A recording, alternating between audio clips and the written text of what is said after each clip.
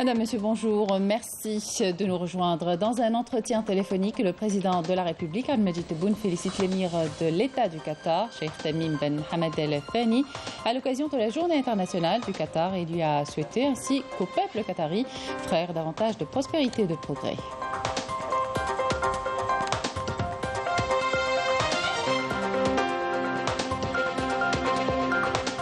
Le Premier ministre Ayman Ben Abdelrahman a procédé ce matin à l'ouverture officielle des Assises nationales sur l'état de l'enfance en Algérie, réalisations et défis au Palais des Nations.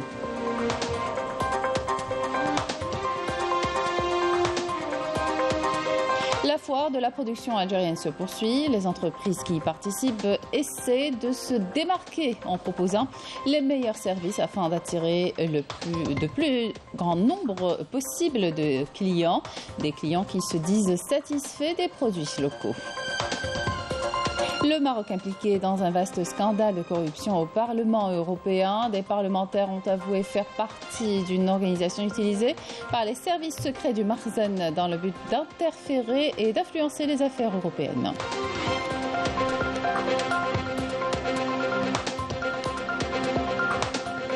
Les vacances d'hiver, c'est dans quelques jours. Une destination à vous proposer, Tamanrasset. Chaque année, un nombre important de visiteurs y affluent pour apprécier la beauté et la richesse des sites naturels et archéologiques disséminés à travers la région de l'Aragar, à découvrir dans ce journal. Bienvenue à tous. Le président de la République, Abdelmajid Tebboune, a eu hier soir un entretien téléphonique avec son frère Cheikh Tamim Ben Hamad Al Thani, émir de l'État du Qatar, pays frère, lors duquel il l'a félicité à l'occasion de la Journée nationale du Qatar et lui a souhaité ainsi qu'au peuple qatari frère davantage de prospérité et de progrès. Le président de la République a présenté par la même occasion ses chaleureuses félicitations à l'État du Qatar, direction et peuple pour son succès à tous les niveaux dans l'organisation de la 22e édition de la Coupe du Monde FIFA. À son tour, l'émir de l'État du Qatar a remercié le président de la République pour la noblesse de ses sentiments et lui a souhaité ainsi qu'au peuple algérien davantage de quiétude et de développement. Le président de la République a reçu hier à Alger le ministre français de l'Intérieur, Gérald Darmanin. L'audience s'est déroulée au siège de la présidence de la République en présence du ministre de l'Intérieur, des collectivités locales et de l'aménagement du territoire, Brahim Mered.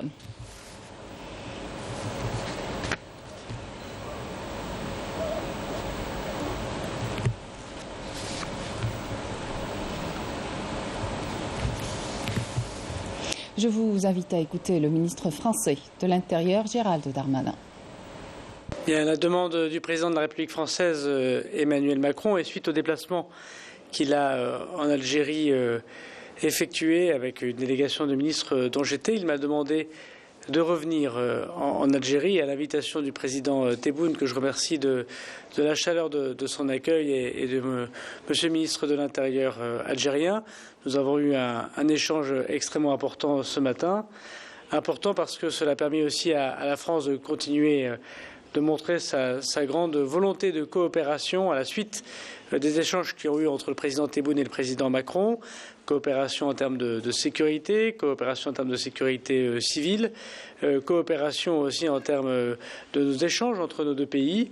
Et nous avons d'ailleurs dit, à la demande du président de la République française, que depuis lundi dernier, nous avons repris et nous avons décidé de le faire ensemble, bien évidemment, une relation consulaire normale, celle qui préexistait avant l'épidémie du Covid-19, notamment dans la relation sur les visas et d'échanges entre nos populations qui est à la hauteur de la relation amicale extrêmement forte et extrêmement spécifique entre la France et l'Algérie.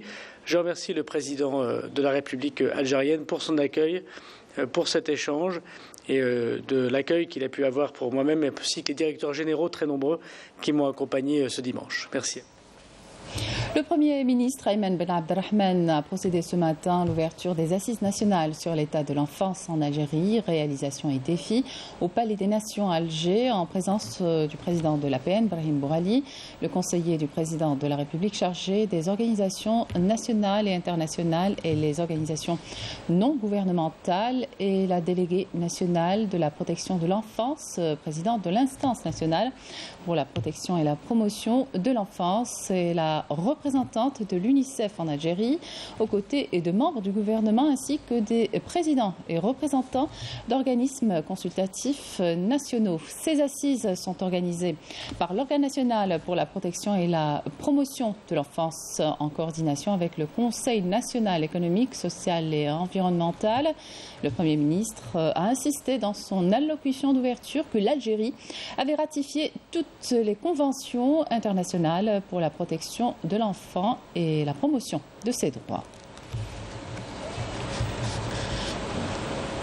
إن اختيار تاريخ انعقاد هذه الجلسات بالتزامن مع الذكرى 30 لمصادقة بلادنا على الاتفاقية الدولية لحقوق الطفل له دلالات تنطوي على أبعاد استراتيجية ومن أبرزها تأكيد بلادنا على احترام التزاماتها الدولية والحرص على تنفيذ برنامج رئيس الجمهورية السيد عبد المجيد تبون الذي كما تعلمون أولى عناية قصوى وفائقة للنهوض بحقوق الطفل إيمانا منه بأن الاستثمار في طفل اليوم يحدد مصير المجتمع مستقبلا.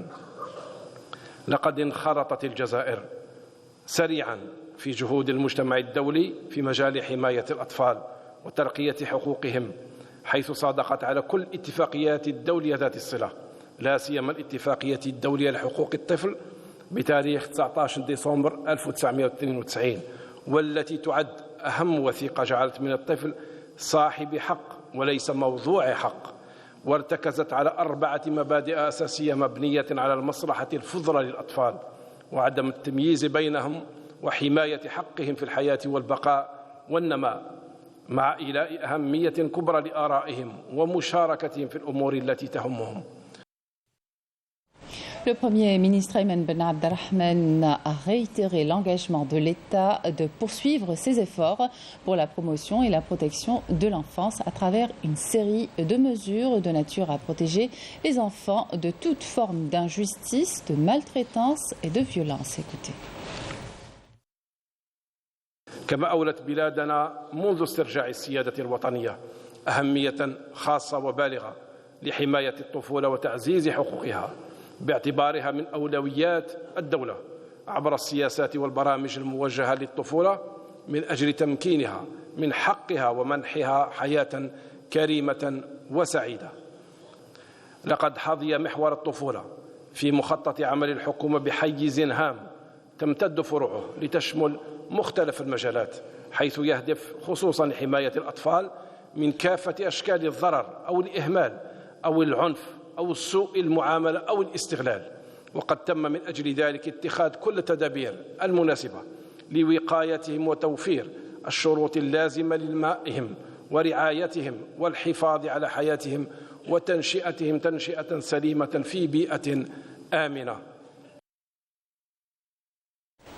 La foire de la production algérienne se poursuit. Les grandes entreprises présentes proposent dans cet espace des offres plus alléchantes les unes que les autres aux visiteurs. Un rendez-vous à la hauteur des attentes des visiteurs qui se disent satisfaits des produits locaux. Les détails avec Wassila Bouchareb et Yasmine Saudi.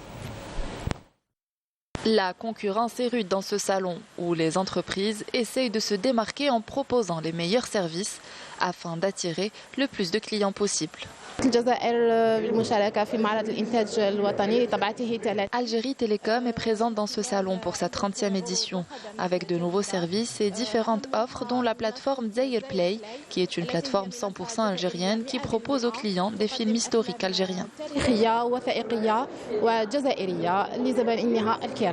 Des grandes entreprises sont présentes dans cet espace pour présenter des offres plus alléchantes les unes que les autres aux visiteurs. Pandémie, donc le retour sur le marché. Le client avait hâte que l'activité des salons reprenne après un arrêt dû à la pandémie de Covid-19. C'est une occasion de découvrir les différentes marques, découvrir les produits et comparer les prix. Nous sommes là pour les orienter, notamment en ce qui concerne les pièces de rechange fabriquées localement par notre groupe. Un rendez-vous à la hauteur des attentes des visiteurs qui se disent satisfaits des produits locaux. Pour l'instant, nous pouvons dire que tout est disponible. Il est en train de faire le montage véhicule algérien.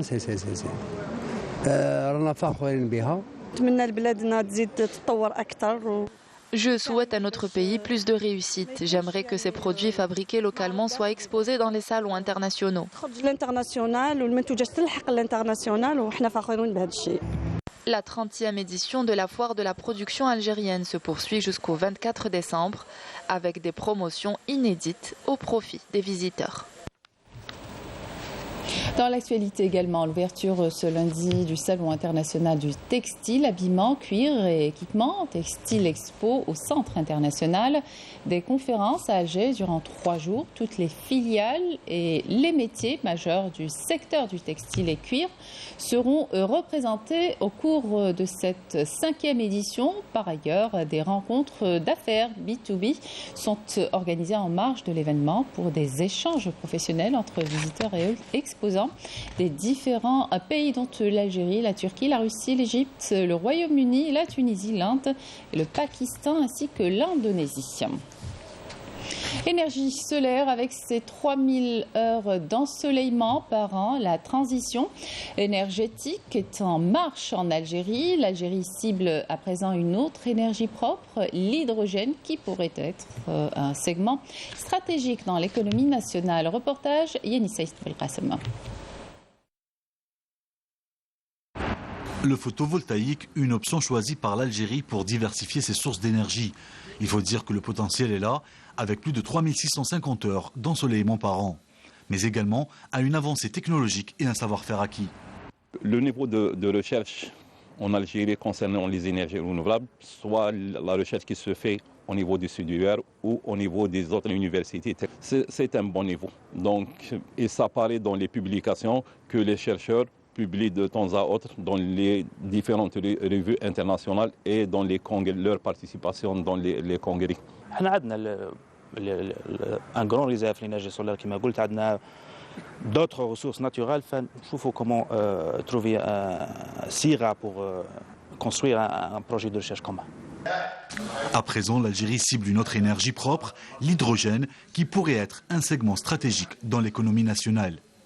Renforcer notre sécurité énergétique, diversifier notre source d'énergie, accélérer la transition énergétique, réduire l'empreinte carbone, renforcer notre maîtrise technologique, la formation, la recherche-développement et bien sûr faire émerger un tissu industriel, un tissu des petites et moyennes entreprises, les startups dans le domaine. On veut vraiment construire une économie, carrément une économie autour de l'hydrogène, notamment l'hydrogène vert et renouvelable. L'Algérie ne veut pas que produire, elle ambitionne d'exporter l'hydrogène vert, très demandé surtout en ce contexte géopolitique complexe que vit l'Europe. Les études comparatives qui ont été réalisées au niveau régional ou même international qualifient quand même l'Algérie comme étant un producteur potentiel de l'hydrogène, compte tenu un peu des coûts de production qui sont très compétitifs par rapport à d'autres pays. Si on compare les pays de la rive nord ou même certains pays de la rive sud, même si certains pays du Moyen-Orient, le kilogramme de l'hydrogène renouvelable vert produit en Algérie, il coûtera moins cher que le kilogramme de l'hydrogène produit en Europe ou d'autres pays. Tout ça fait que l'Algérie pourra être vraiment un acteur régional incontournable dans la production et même l'exportation de l'hydrogène vert et renouvelable.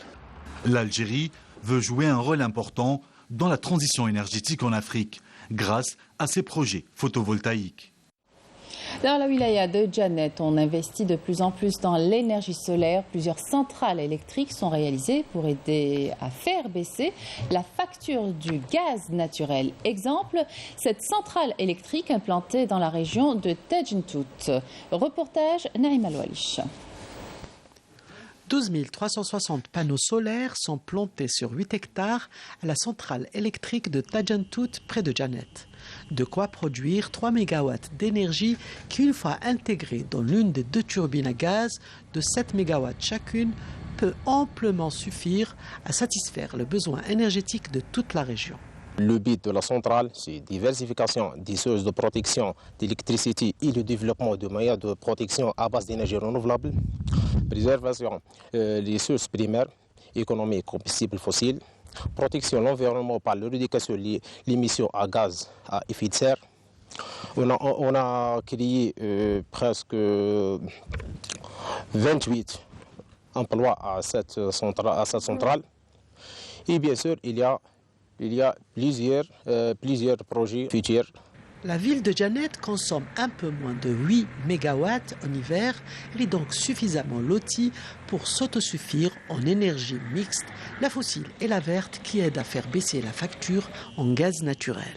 Cette centrale, comme on dit, la centrale, ancienne centrale de la turbine à gaz, de capacité 17. Donc on a 17 et 3, ce sera 20 MW. C'est une capacité réelle. Nous sommes aussi connus que le besoin d'énergie de la wilaya, c'est à l'été, le maximum de besoin, c'est le 13 MW. Notre rôle, comme quand on a une direction, c'est la compagnie de cette entreprise. Et assister à les essais, faire les essais comme les essais d'électricité, les essais de sécurité, les essais en mise en service. Mais encore, une autre centrale de 4 MW est déjà sortie de terre. Elle sera fonctionnelle dès janvier prochain, tandis qu'à Borj El Hawas, des prospections sont en cours pour une nouvelle centrale de 1 MW. De quoi conclure que Janet se met doucement, mais sûrement, à l'énergie verte. Le Maroc impliqué dans un vaste scandale de corruption au Parlement européen. Les parlementaires ont avoué faire partie d'une organisation utilisée par les services secrets du Merzen dans le but d'interférer et d'influencer les affaires européennes. Ce week-end, l'ancien eurodéputé français José Bové a révélé s'être vu proposer des pots de vin par l'ancien ministre de l'Agriculture marocain, actuellement chef du gouvernement, dans le cadre de l'accord de libre-échange sur les fruits et légumes UE-Maroc. Plus de détails avec Nakhla Larbi. On ne compte plus les scandales qui secouent le Maroc. Le dernier en date, la retentissante affaire de corruption impliquant le Parlement européen, qui ne manque pas de réitérer et de renforcer son appui à ce dernier. La corruption gangrène vraisemblablement le Merzen. L'affaire révélée récemment par l'ancien eurodéputé José Bové, impliquant l'actuel chef du gouvernement marocain, est éloquente. J'étais rapporteur de la commission du commerce extérieur dans les années 2009-2014 et à ce moment-là j'ai été en charge du dossier sur l'accord de libre-échange sur les fruits et légumes avec le Maroc. Et donc je m'étais opposé en tant que rapporteur à ce projet parce qu'il était nuisible à la fois pour les producteurs marocains, les petits producteurs marocains et les producteurs européens. En réalité, ce qui s'est passé, c'est que sous la pression à la fois du ministre de l'Agriculture marocaine, qui est aujourd'hui le Premier ministre, qui avait le soutien de ce club privé, donc de députés dans le cadre d'une association d'amitié, députés européens, qui regroupait des gens de toute tendance politique du Parlement européen, eh bien le ministre de l'Agriculture, ne supportant pas que je puisse m'opposer à ce projet, m'a proposé de m'amener un cadeau à Montpellier, dans un café qui soit discret. C'est le parquet fédéral belge qui, suite à une enquête qu'il a diligentée, a mis en cause une quinzaine de députés européens et mis à nu l'implication de Rabat. Les parlementaires ont avoué faire partie d'une organisation utilisée par les services secrets du Merzen. Le réseau compte des eurodéputés Antonio Panzeri, Andrea Cozzolini, l'assistant Francesco Giordi, qui aurait été mis en contact avec un agent des services de renseignement et de contre-espionnage en poste à Rabat et un diplomate basé à Varsovie, à savoir Abdelrahim Atmoun, dont le rôle est dit central.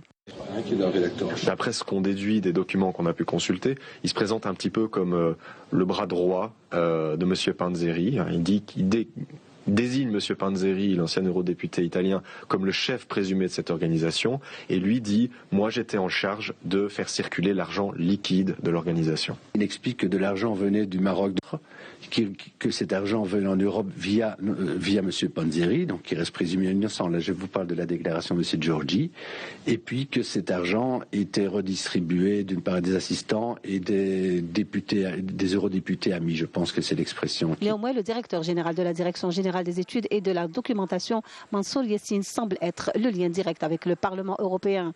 Francesco Giorgi, le compagnon de l'une des vice-présidentes du Parlement, la grecque Eva Kaili, laquelle a été arrêtée dans le cadre de cette affaire, a avoué avoir fait partie d'une organisation utilisée par le Maroc dans le but d'interférer et d'influencer les affaires européennes. Si l'organisation en question avait pour rôle de gérer l'argent liquide, il s'agit ni plus ni moins de trafic d'influence pratiqué par les agents du Marzen via une activité d'ingérence au sein du Parlement européen et dans les postes clés des institutions communautaires. Cela à coup de rencontres, d'entretiens et de dîners avec les plus hauts responsables des services secrets de Rabat. Le Marzen a donc érigé la corruption en un véritable système. D'ailleurs, ces actes de corruption sont avérés et documentés avec des témoignages de personnalités politiques, à l'exemple de l'eurodéputée du groupe Vert, Anna Miranda Paz. Écoutez. La participation dans ce programme, c'est pour dénoncer l'interférence du Maroc dans les décisions du Parlement européen. Nous avons eu une semaine dans laquelle on a su beaucoup d'informations sur certains eurodéputés qui avaient influencé la présence du Maroc et qui avaient aidé au Maroc à faire toute la pression contre le Sahara occidental, mais aussi contre l'Algérie et contre d'autres pays. On a vu l'espionnage du Maroc aussi, et nous, dans notre groupe, le groupe de Verts, Alliance Libre Européenne du Parlement européen, on avait dénoncé ça depuis des années. On avait vu comment la diplomatie marocaine venait aux commissions, venait pour le bureau, et on dénonçait qu'il y avait un harcèlement de la diplomatie à certains députés dans la commission des droits, de pêche, d'agriculture. Et ça nous paraît que c'était assez évident pour que l'Union européenne n'aille pas mis en contrôle. Et maintenant qu'on sait toutes les négociations, la supposition de vol et toutes les influences que certains députés ont fait pour le Maroc, je pense qu'il faut dénoncer et qu'il faut passer à l'action. Une quinzaine de cas d'asphyxie ont été signalés parmi les Palestiniens lors d'incursions menées par les forces sionistes dans le nord de la Cisjordanie occupée, ont rapporté dimanche des médias. 2 Palestiniens ont été blessés par balles et 2 autres ont été arrêtés à la suite de ces incursions des forces sionistes. De son côté, le club des prisonniers palestiniens a signalé que les forces d'occupation avaient arrêté 3 Palestiniens dans l'esplanade de la mosquée Al-Aqsa, dont une fille. Tourisme saharien à présent qui devra connaître une relance à la faveur de l'ouverture de la nouvelle desserte hebdomadaire Paris-Janet. Notre correspondante Afef Belouchette nous propose de découvrir l'ambiance à Paris avant le décollage à partir de l'aéroport Roissy-Charles de Gaulle. Regardez. Accueil chaleureux, présent pour petits et grands et pour cause. Ils sont les heureux passagers d'un vol palpitant. Plus qu'une destination de voyage, c'est une promesse d'envoûtement qu'Air Algérie rend possible en inaugurant une ligne directe Paris-Janet. C'est vraiment un trésor du Sahara et je suis vraiment contente de partir aujourd'hui, surtout dans un vol inaugural comme ça, historique, direct de Paris. Je trouve que c'est une excellente idée, donc je voulais surtout pas rater ça. Des passagers aux profils divers, de toutes générations et origines, en connaisseurs ou amateurs, groupes ou en petites familles, en quête de quiétude et d'émerveillement. On aime bien le calme, la tranquillité et puis découvrir les nouveaux paysages. En fait, c'est une découverte aussi parce que c'est la première fois qu'on fait un trek en famille. Donc découvrir le sud de l'Algérie, c'était un souhait aussi. Et donc un rêve va aussi se réaliser ce soir. Une ligne aérienne qui répond à une demande d'opérateurs orphelins d'offres attractives depuis plus d'une vingtaine d'années. On n'attendait que ça. Ah ouais, c'est un bonheur parce qu'on a été là-bas depuis des années. Quand ça s'est fermé, c'était une déchirure. Donc de retourner là-bas, c'est plus qu'un bonheur, c'est une grande joie. Hein. Avec ce vol direct Paris-Janet, Air Algérie entend non seulement capitaliser sur une offre à haut potentiel touristique, mais aussi accompagner la stratégie d'ouverture décidée par le pays. Dans cette optique, Air Algérie a souhaité promouvoir la destination, donc au départ de Paris. Et ça rentre en fait dans le cadre des orientations ou la stratégie initiée par le président de la République, M. Abdelmajid Tebboune, pour promouvoir la destination du Sahara comme une destination touristique. Ce faisant, la compagnie nationale consolide sa place parmi les plus importants clients des aéroports de Paris. Sur Paris-Charles de Gaulle, Algérie est dans le top 10 des compagnies en termes de nombre de passagers. Donc c'est vraiment un client pour nous très important et un partenariat très fort qu'on vient renforcer encore aujourd'hui avec l'ouverture de cette nouvelle ligne. Une offre fruit d'un partenariat entre autres avec l'ONAT et ce sont les opérateurs de voyages locaux qui sont mis à l'honneur par la compagnie nationale venue jusqu'à Paris accompagner des clients avec une promesse de programme féerique. Il va tasser des bivouacs, c'est des circuits de bivouacs. Le dernier jour à Janet pour visiter Janet, le marché, l'artisanat et ainsi de suite. Voilà. Avec le vol direct, ça permettra de faciliter le tourisme qui vient exactement pour prendre le temps exactement, ne pas de perdre le temps sur d'autres correspondances. Une nouvelle aventure avec des passagers tout sourire, l'équipage veillant au grain, à sa tête le commandant de bord, au bout, la majestueuse Janet promet de livrer quelques-uns de ses mystères.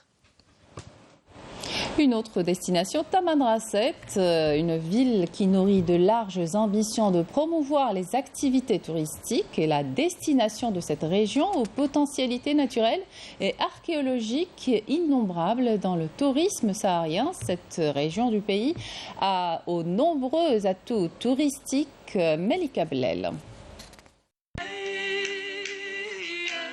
Tamanrasset est l'une des destinations les plus prisées par les touristes nationaux et étrangers. Chaque année, un nombre important de visiteurs y affluent pour découvrir et apprécier la beauté et la richesse des sites naturels et archéologiques disséminés à travers la région de l'Ahgar. C'est la première fois que je viens sur Tamanrasset, qu'on fait le désert. Je suis beaucoup venue en Algérie, à Alger, Tizi, Béjaïa, mais là c'est la première fois qu'on fait le sud, depuis le temps qu'on parle du sud de l'Algérie, le désert.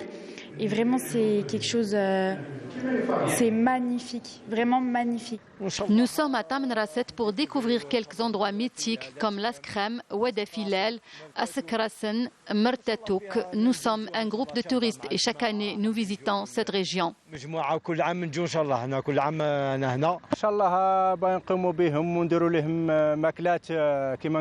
Les visiteurs vont pouvoir goûter aux mets de la région comme la tegla et le fameux thé à la menthe de la région. Situé à environ 80 km du chef-lieu de la wilaya et perché sur près de 2800 mètres d'altitude, le mont de l'Askrem est l'un des paysages naturels féeriques et envoûtants qu'offre le tumulus de l'Atakor, qui renferme aussi le cratère Dahran, les cascades rocheuses et la source Tahabourt d'où coule une eau cristalline. Nous demandons aux touristes de bien préserver les lieux visités et de ne pas les endommager. Chaque année, nous mettons en place un programme riche, des allers-retours Tamanrasset, Tafdast, la visite des zones humides, des gravures et des peintures rupestres.